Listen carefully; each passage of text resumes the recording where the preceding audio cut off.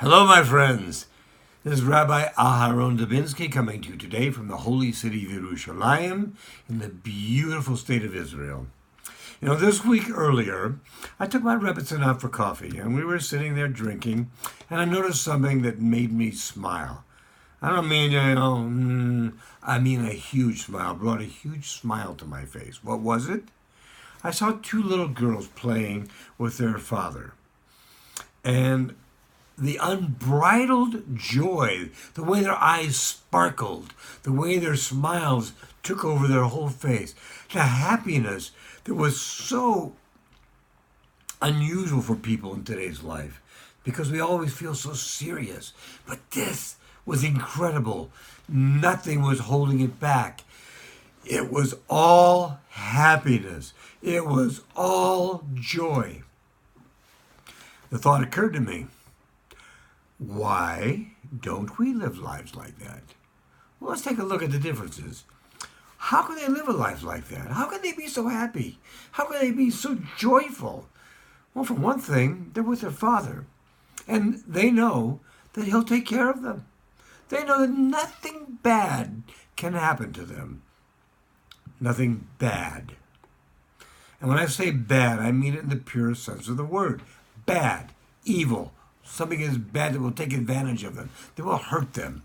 Nothing. And in their mind, that safety, that surety, that joy and security, that's what makes them have that unbridled joy.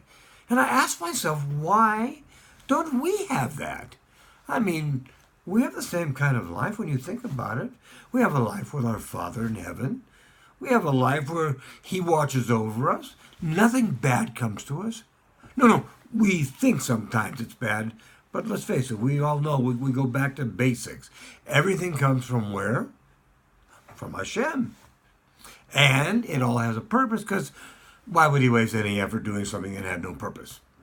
And it is always, whether we see it or not at the moment, whether we see why or not at the moment, it is always for our ultimate best. Always our ultimate best. All our ultimate best is to make us live a joyful, loving, fulfilling life. We've talked about this over and over again, but it bears repeating. That's the life we want. A life of love, a life of joy, and a life of fulfillment. Now, if we knew we had that, would we not have the same unbridled happiness? Would we not have the same sparkle in our eye, the same smile on our face? Of course we would. So why don't we have it? I mean, look at the life we have. We have Torah. We have the written Torah. We have the oral Torah. The oral Torah, which has been given to us after it came down from Sinai to Moshe Rabbeinu, and it was kept oral for years and years and years and years and years. Finally, it was written down and codified in the Mishnah, and then finally the Gemara Bavli, Gemara Yerushalmi, all these wonderful texts which tell us how to live a life of love, of joy, of fulfillment. And what would happen to us if we get off the track so that we know when we're off, which can make us get back on the track. Oh, my friends, it's a wonderful life that we've been given. But that's the problem sometimes. It has just been given to us. What did we do to create any of the things that I mentioned? What did we do to create Torah? Well, there are those who would argue that our souls were present, and they probably were. But I'm talking about us as individuals, the people we are today, the human beings walking around on 2 feet today, pumping blood out of our hearts and sucking air into our lungs. That's what I'm talking about. What about us? What did we do? Did we write the Gemara? No, we didn't write the Gemara. Did we write the Mishnah? No, we didn't write the Mishnah. Did we write the Shulchan Aruch? Of course not. We didn't write any of these things. We were the beneficiary of so many who came before us, who wrote these things, who fought for these things, who died for these things, who gave blood for these things, so that we could have them today. And like a lot of things that we have that we didn't have to work for, We don't fully appreciate it sometimes. Sometimes we do, but sometimes we don't. Remember we talked about an expression before called bread of shame. Bread of shame being us receiving something that we produced no effort for. We remember we talked about it since the beginning of time. Since the very beginning, Hashem, who could have created an absolutely perfect world, didn't. Why not? Because he wanted us. Not us right now as we are today, but mankind, humankind. He wanted the humans of the world, his children, to participate in the creation. And how could we do that? He left things that needed to be fixed. He left tikkunim that we can take care of. And we, our souls go from lifetime to lifetime to lifetime, have accumulated our own tikkunim. And we have to take care of these. We have to correct them. We have to try and correct whatever Hashem has left for us to correct. These are the things that give us purpose in life. These are the things we should be striving for. So how do we do this? Well, we spread this information. We didn't write it. We are barely sometimes cognizant of all that it is, but we learn.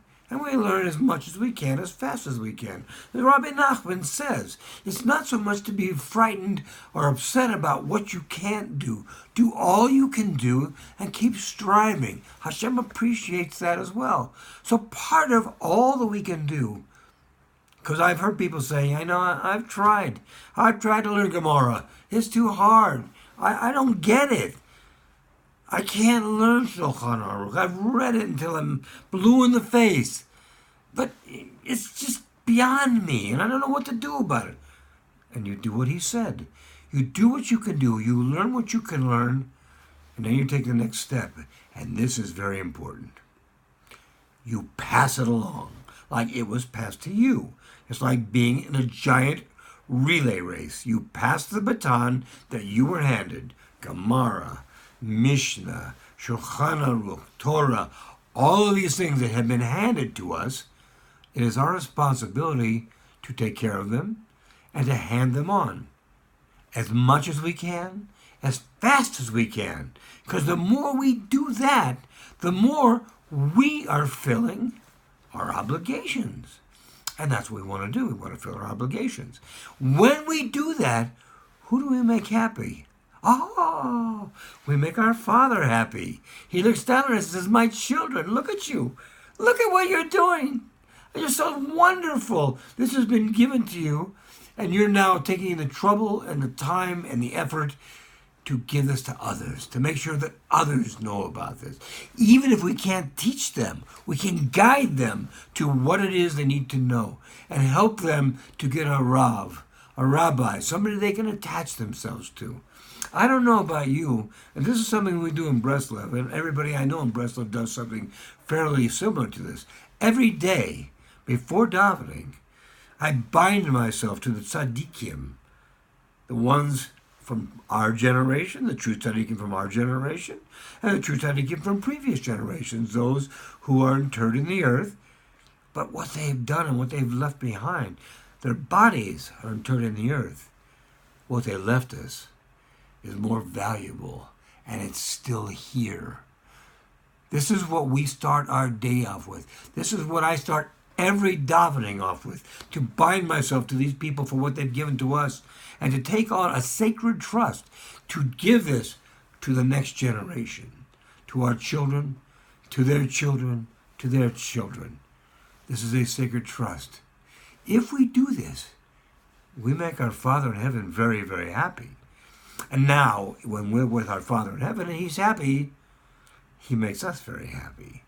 He makes us understand that he's watching over us, that we can have the same joy that those young girls had with their father, that they can know that we are taken care of, that he's watching over us, that he wants us to be happy, that he wants us to be healthy, that he wants us to be complete, that he wants us to have a joyous, loving, and fulfilling life. So if we do these things, we too can have the unbridled joy of these young children. My friends, have a great week ahead. and try to go for those sparkling eyes and those big smiles. You have it in you. You can do it. And if you do it, most people will wonder what you've been up to. It's okay. Let them wonder and enjoy it. God bless you all. Have a great week ahead. Be well, my friends.